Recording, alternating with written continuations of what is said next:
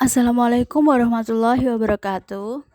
This video is about verbal pattern. It is talking about verbal communication, the way people speak.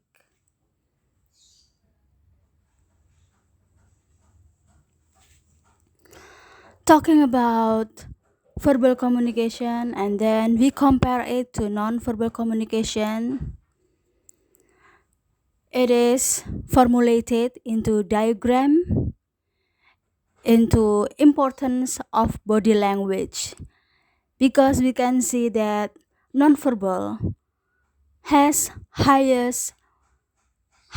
percentage than verbal communication.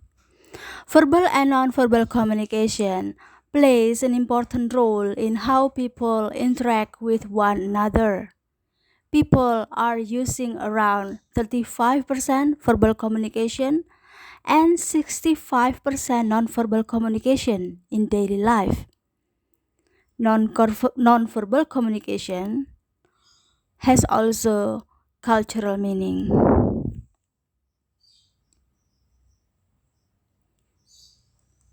Have you noticed how often Americans use the expression thank you? A customer, after paying $100 for a meal in a restaurant, says thank you to the person who hands him the bill. In response to, I like the color of your car, an American might answer, thank you. In both of these cases, no great favor is compliment was extended, yet thank you was the automatic response. In our culture, today's in education, academic teachers teach their students about five magic words, can be the first is three magic words, and then it increases into four or five. Thank you, and then saying sorry, excuse me, and what else?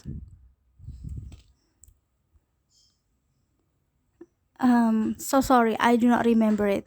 Please you comment whether you know what the rest of the magic words that I have mentioned.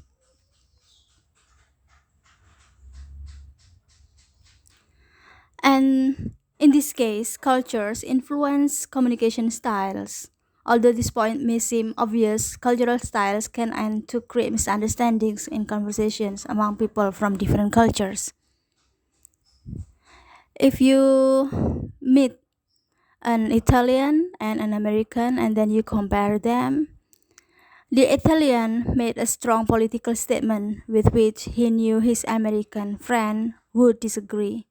The Italian wanted to involve the American in a lively discussion, and the American, rather openly disagreeing, said, well, is entitled to an opinion. I accept that your opinion is different than mine.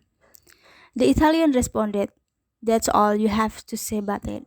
In general, the American did not enjoy verbal conflicts over politics or anything else different with American. It difference to Italian. Italian like to make debate, and they like also making conflict in on debate, conflicts over politics. But American try to avoid it. And then Italian actually became angry when the American refused to get involved in discussion. He later explains to the American, a conversation isn't fun unless it becomes heated. So, this example say about culture and its influence on communication. Can you explain or and then you compare the culture you ever met in Indonesia which are one to another and another cannot compatible each other and always do conflicts. Okay, now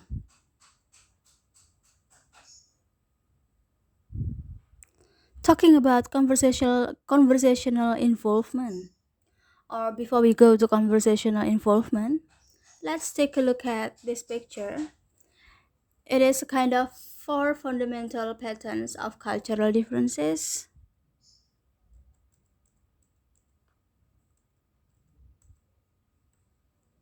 And it is drawn by three. What's the difference and what is hidden below the surface? It's like a bridge, right? But it's different picture. The difference is on communication styles, attitudes toward conflicts, decision making style, and approaches to knowing. People in one culture and to another culture has different style in communication, such as Jepara and Surabaya. And the difference is also in attitudes toward conflicts and then decision making style, approaches to knowing. Yeah, that's about the style. What is hidden below the surface? Something that we cannot see people or the culture is from the beliefs, values, expectations, and attitudes. So that's why we need to find information toward the culture.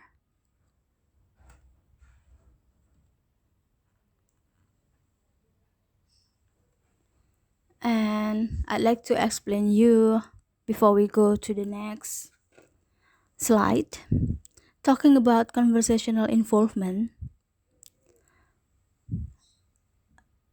many rules governing speech patterns are learned in childhood, and people grow up thinking that everyone has the same rules for speaking. People unconsciously expect others to use the same modes of expression as they do. But as we know, we cannot expect others have the same modes as us, as our culture. For instance, not all languages use silence and interruptions in the same way. Have you observed the ways people from different cultures use silence? Have you noticed that some people interrupt conversations more than other people? All cultures do not have the same rules governing these areas of communication. And many Americans interpret silence in a conversation to mean disapproval, disagreement, or unsuccessful communication. And Americans will be disturbed when they know or are getting engaged in discussion with Indonesian and then they knew Indonesian silence. Yeah. It's okay silence only 2 until 3 seconds, but not more. So, in this case,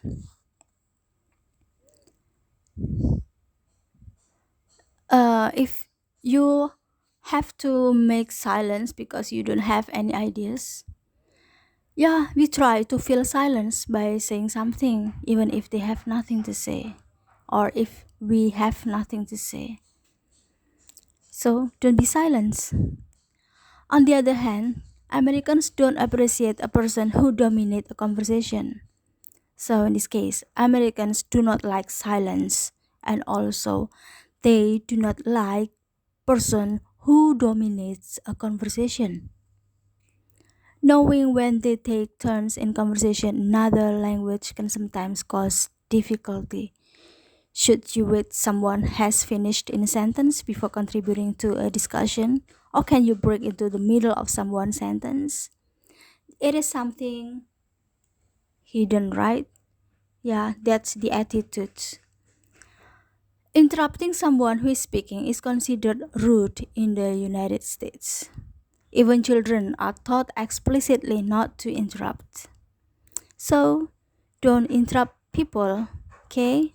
So you have follow the rules.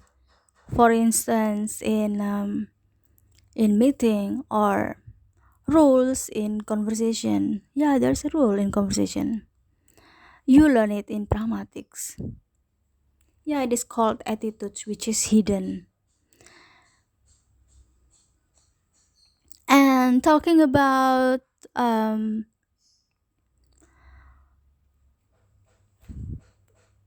about conversational patterns, we have to high involvement and high considerateness.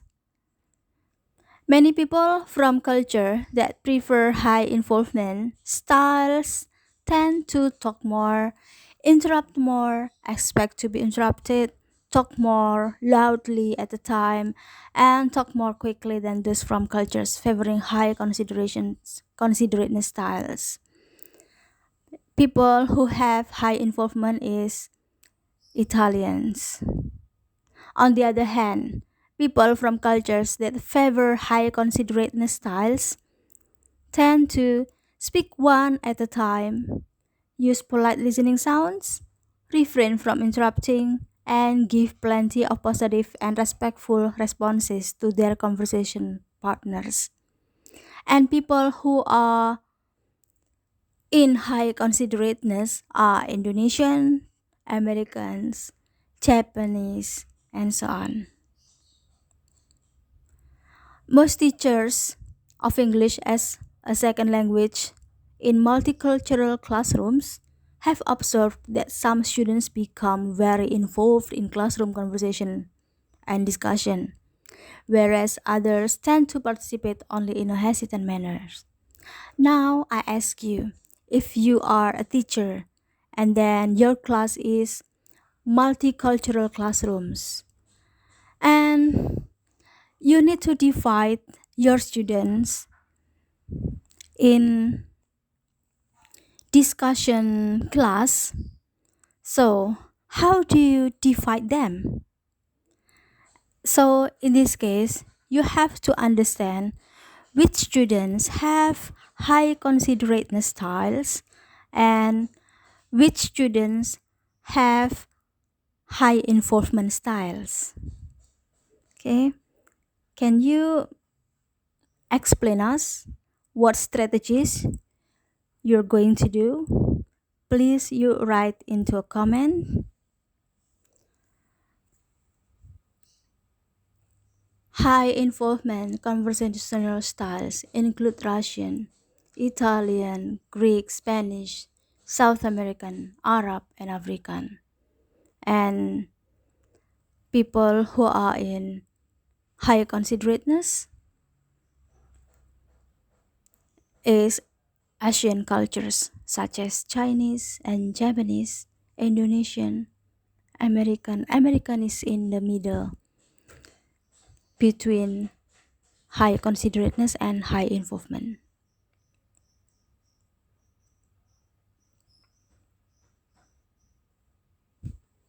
Okay, now the way of understanding different cultures, you can see there Chinese, French, and Korean. For Chinese, um, we take a look what characters of them and the values of them. It is impolite to open gifts when received for Chinese. Remove your shoes before entering someone's home. If you are invited to someone's home, you should always bring a gift to the hostess. When receiving and offering business cards, always do it with both hands and never write on it.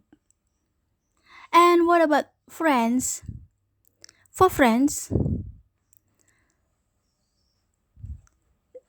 in this picture, he suggests you should always dress well. It is better to be formal than too casual. Do not give anything with the number 13. It is bad luck to friends people.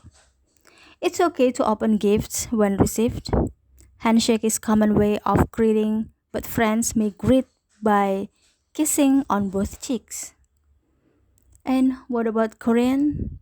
For Korean, talking about gift, do not wrap your gift in green, white, or black colored paper. You should never sign or write anything in red ink. When eating, the eldest or senior person should eat first.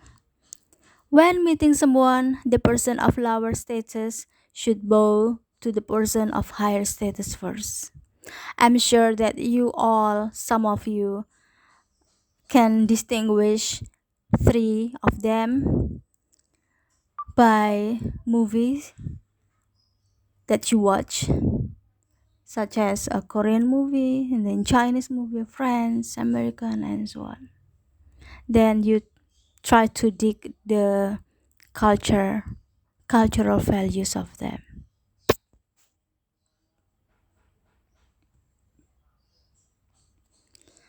Okay, talking about rules and styles of speaking. In language, there are tacit rules of speaking. Tacit rules is hidden rules. Okay, unlike rules of grammar or spelling, are not usually studied in a formal manner. These unspoken rules exist in every language, but differ significantly from culture to culture. Acquiring a second language demands more than learning new words and another system of grammar. It involves developing sensitivity to aspects of language that are usually not taught in language textbooks. We cannot know the cultures only knowing from books, for instance, only knowing from the language, but also you need to meet them. You need to know them by visual, such as you know them from YouTube or from movies. Some important rules include permissible degrees of directness in speech and forms of politeness used in daily conversation. As we know that Americans' cultural value is directness, okay?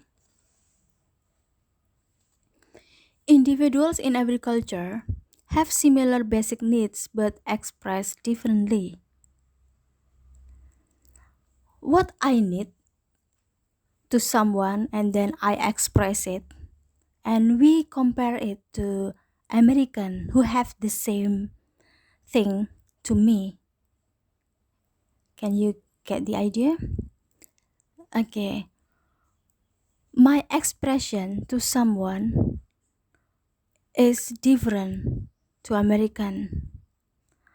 I sometimes use indirectness, not directness, to ask something. It's different to American. American has cultural value of directness, so they um, do not beat into the bush when they ask for something. In daily life, we all initiate conversation, use formal and informal speech, give praise, express disagreement, seek information, and extend invitations. Some of the verbal patterns people use are influenced by their culture. Okay, our verbal patterns, Japanese verbal patterns are influenced by Japara culture. The way how Japanese initiate conversation and then use formal and informal speech. When they use formal speech, they use they greet someone who are older than the speaker by panjenengan. That's different in informal speech. You can call your friend by koe. And then giving praise, it is called memuji in bahasa. And then how do you express disagreement? How do you express disagreement in your language? And how do you seek information by your language and extend invitations? Okay, that's all of this are influenced by culture.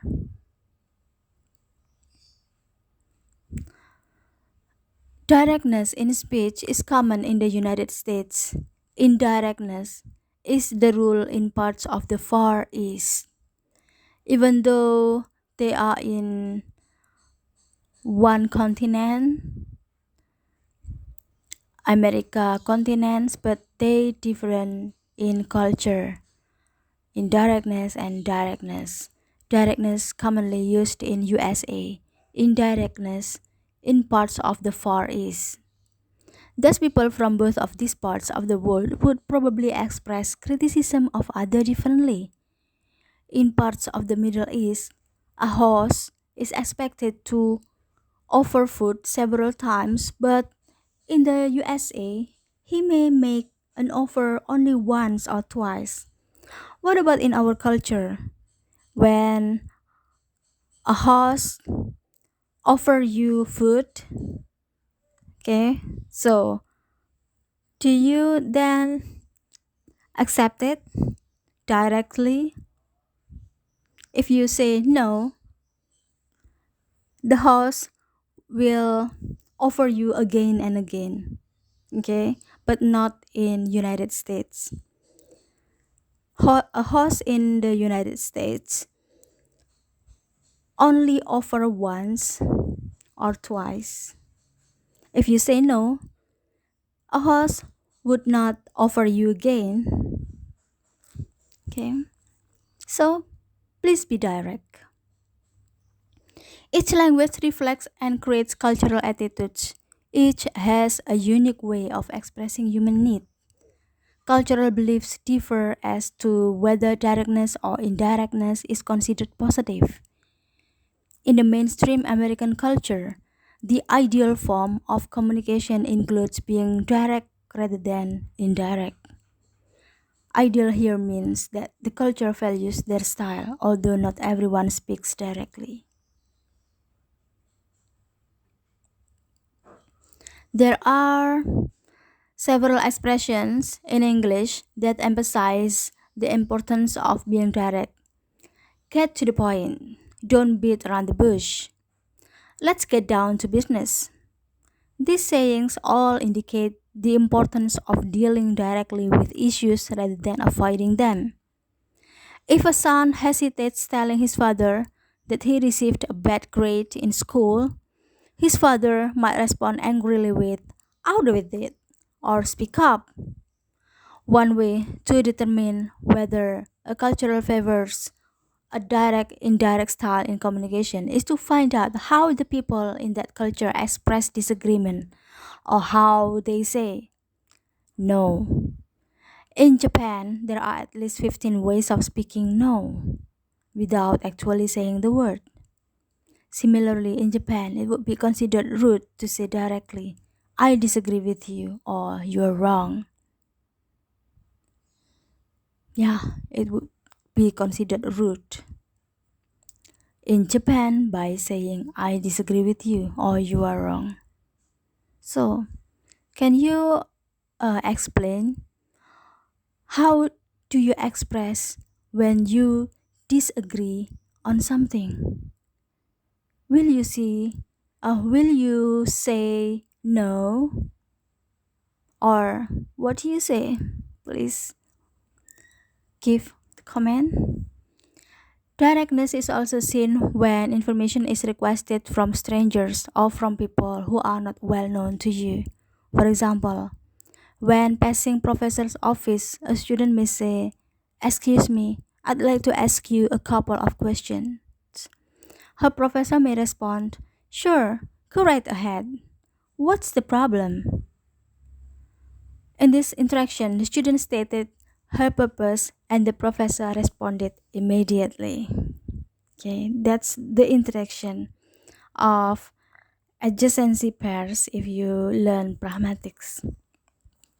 Student stated her purpose and then the professor responded immediately. Okay, now take a look. Okay, now we go to example. Offers and responses. To offers, provide another example of directness in verbal interaction. Take a look at when you are at a dinner party and then the host offer you some dessert or some meal. Would you like some dessert? And then the guests say, no, thank you. It's delicious, but I've really had enough. Yeah, that's the reason to appreciate the host. You can say it's delicious, but I've really had enough. Then the host will finish it. Okay, why don't we leave the table and sit in the living room? Yeah, um if you are not hungry, for instance, you can move from the table, right? Yeah, not only sitting there and then you do not eat something. Okay. In this conversation between two Americans and usually an Asian, it's not American, yeah, because the guest, which is not American, refused the meal offered by the host. Hosts may offer food twice, but usually not more than that. If guests are hungry, they need to say directly, yes, I'd like some more. Thank you. If they are hungry but say no thank you, out of politeness, they may remain hungry for the rest of the evening. So who's get this advantage here? Okay. A host will assume that the guest's refusal is honest and direct. If you say no, but you are hungry, yeah, it means by someone who offer you, it's honesty. So that's why you have to be honest. Many Americans believe that honesty is the best policy, and their communication styles in attitudes reflects this. Honesty and directness in communication are strongly related. It is not surprise then to find out the cultural groups misjudge each other based on different beliefs about directness and honesty in communication. It is not something impolite, okay? We need to direct and to get, if you do not be honest, you'll get disadvantage of it. Of course, there are limits to the degree of directness a person is allowed to express, especially with people of higher status, such as teachers and employers. A male student was surprised at the reaction of his female teacher when he said, what has happened to you? You look like you gained a lot of weight. Yeah, it's too direct, right? When the teacher replied, that's none of your business, he answered in an embarrassed tone, I was just being honest. In this case, his honesty and directness were inappropriate, and unappreciated because of the teacher-student relationship. Yeah, you have to take a look at the situation when you need to be direct, when you need to be honest, and you also have to take a look at the person personally. You cannot say that the person is a lot of weight or fat because you try to be honest, and in other words, that person will be hurt, or yeah, it is inappropriate and unappreciated. And as you know that it's an addition. Most Americans do not like being told that they are fat. Okay, just remember it.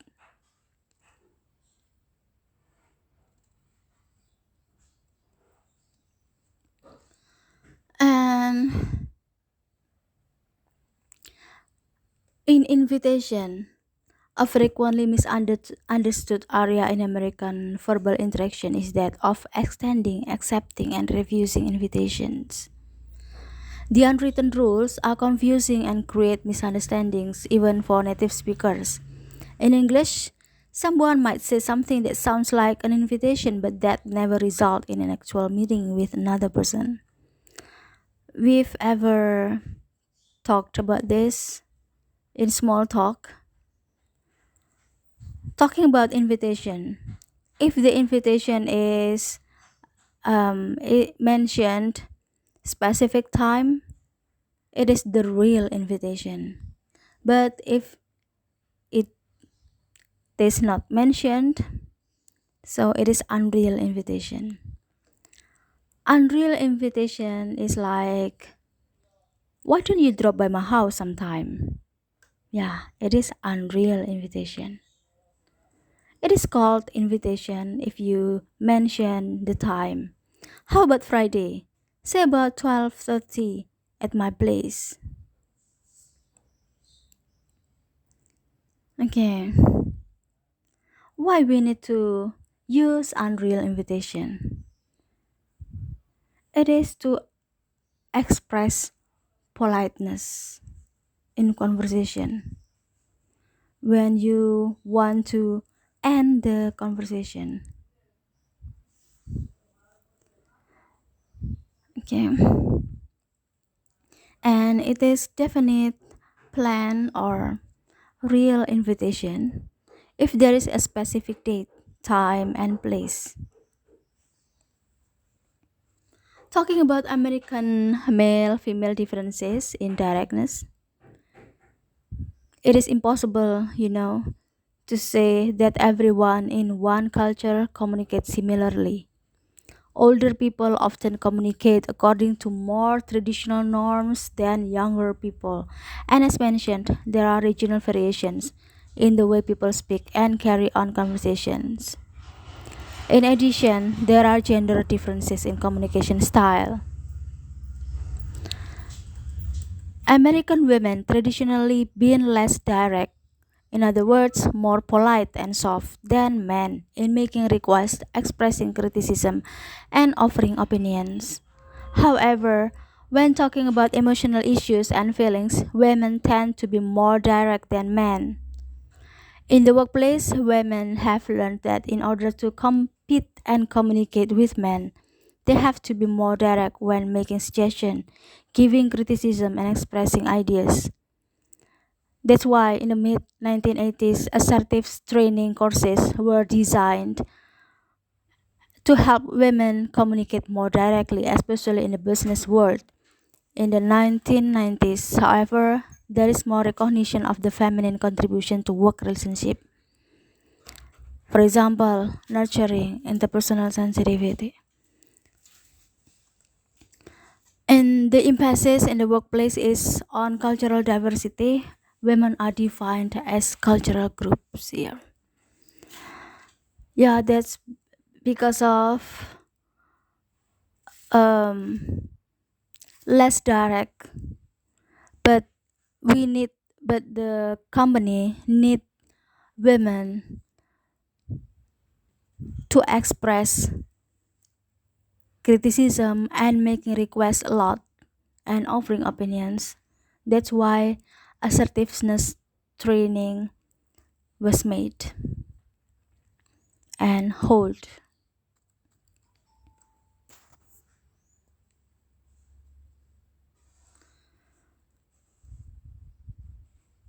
Okay, now we go to different conversational style. It is example of conversation style that contrasts with American ping pong conversational style is formal conversation among the Japanese, which has been compared to bowling. Each participant in Japanese conversation waits politely for a turn and knows exactly when the time is right to speak. That is, they know their place in line. One's turn depends on status, age, and the relationship to the other person. When it is time to take a turn, the person bowls carefully. That's why it is called bowling style. The others watch politely and do not leave their places in line or take turn out of order. No one else speaks until the ball has reached the bowling pins. Answers the question are carefully thought out rather than blurted out. In Japanese conversation, long silences are tolerated. It is different to Americans. For Americans, even 2 or 3 seconds of silence can become uncomfortable. Americans do not like the feeling of pulling teeth in conversation. Can you explain what pulling teeth is?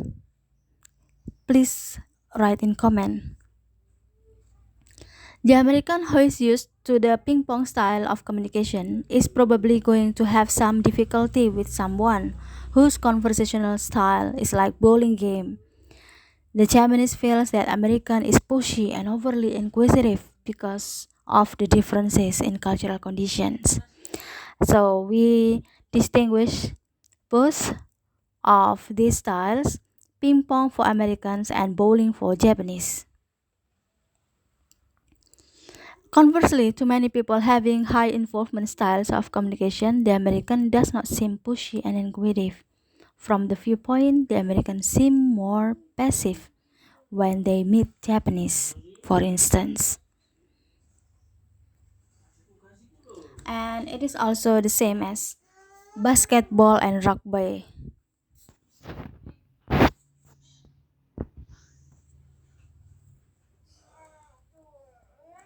And I'd like to explain you about um,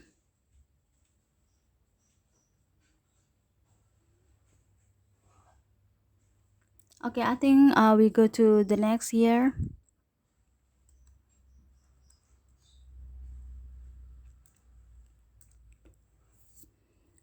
Before we go to this, I like to go back to other styles of conversation structure. Basketball and rugby, it is the same as ping pong and bowling if you distinguish it. Dribbling basketball means have a turn to speak. Americans do not like hesitate person. It means other person see as opportunity to jump in and steal the ball. It's speaking turn. Rugby expect to interrupt and to be interrupted. It is for people who are in high involvement. Rapid change of topic, changing of speakers, and often and overlapping on speech. Not all languages use silence and interruptions in the same way. Have you observed the ways people from different cultures use silence? Have you noticed that some people interrupt conversations more than other people? Please write into comment. All cultures do not have the same rules governing these areas of communication. Many Americans interpret silence in a conversation to mean disapproval, disagreement, or unsuccessful communication. They often try to fill silence by saying something even if they have nothing to say. So, don't be silent. If you have no idea, just say something. On the other hand, Americans don't appreciate a person who dominates a conversation.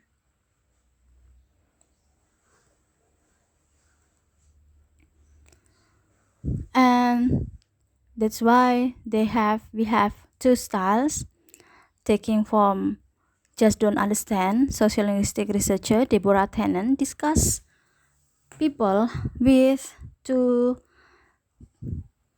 conversation patterns: high involvement and high considerateness. High involvement tend to talk more, interrupt more. People who like to talk more, like to interrupt more, expect to be interrupted, talk more loudly at a time, and talk more quickly than those from cultures favoring considerateness styles. And it's different to considerateness styles. People who are in considerateness styles, they speak one at a time, use polite listening sounds, refrain from interrupting, and give plenty of positive and respectful responses to their conversation partners. And it can be the challenging for teacher is not to allow high involvement group to dominate discussion. So if you are a teacher of multicultural classrooms, please you make strategy how to avoid students in a high involvement in one group, because as you know, high involvement dominate discussion.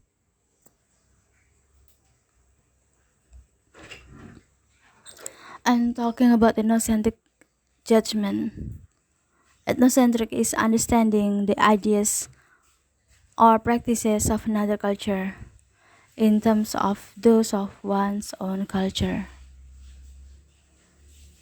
I'm sure that every culture have ethnocentric judgment. Why should we know the conversational styles? It is to understand people's styles of speaking, so we don't get angry because of the way the other people speak due to their styles. In Indonesia, we know Batak style. They speak loudly, and yeah, we have to know that it is their style. To understand the way they speak is because they are accustomed to, not because they want to annoy you when speaking.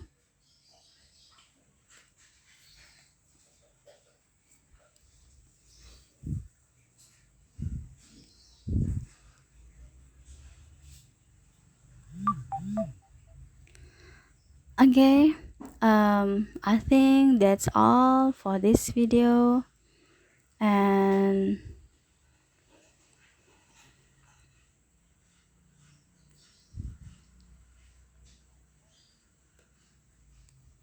I'd like to give you the point about culture, about how we assume communication in ethnocentric judgment, related to judgment. We cannot judge people because of their communication are different to us. If we feel that people do not understand you, that will be a gap between us and other people because we are lack information. People cannot assume that their way of communicating is universal. If people from another culture seems to be communicating in what you feel are mysterious ways, just consider the following 4 points. First, it is possible that the way they speak reflects a cultural style. And then second, your success is developing cross-cultural rapport is directly related to your ability to understand others' culturally influenced communication styles.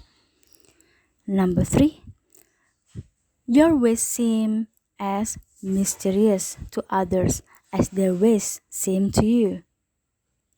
And number 4, it is often valuable to talk about cultural differences in communication styles before they result in serious misunderstandings.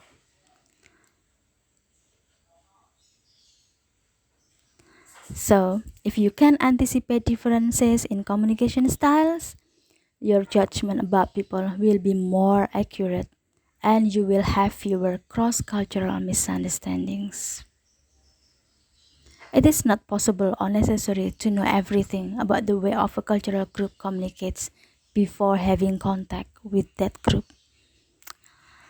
Thank you for your attention. I hope you can take the benefit and advantage from this video and from this explanation. Please let me know if you do not understand by writing it into the comments. Assalamualaikum warahmatullahi wabarakatuh.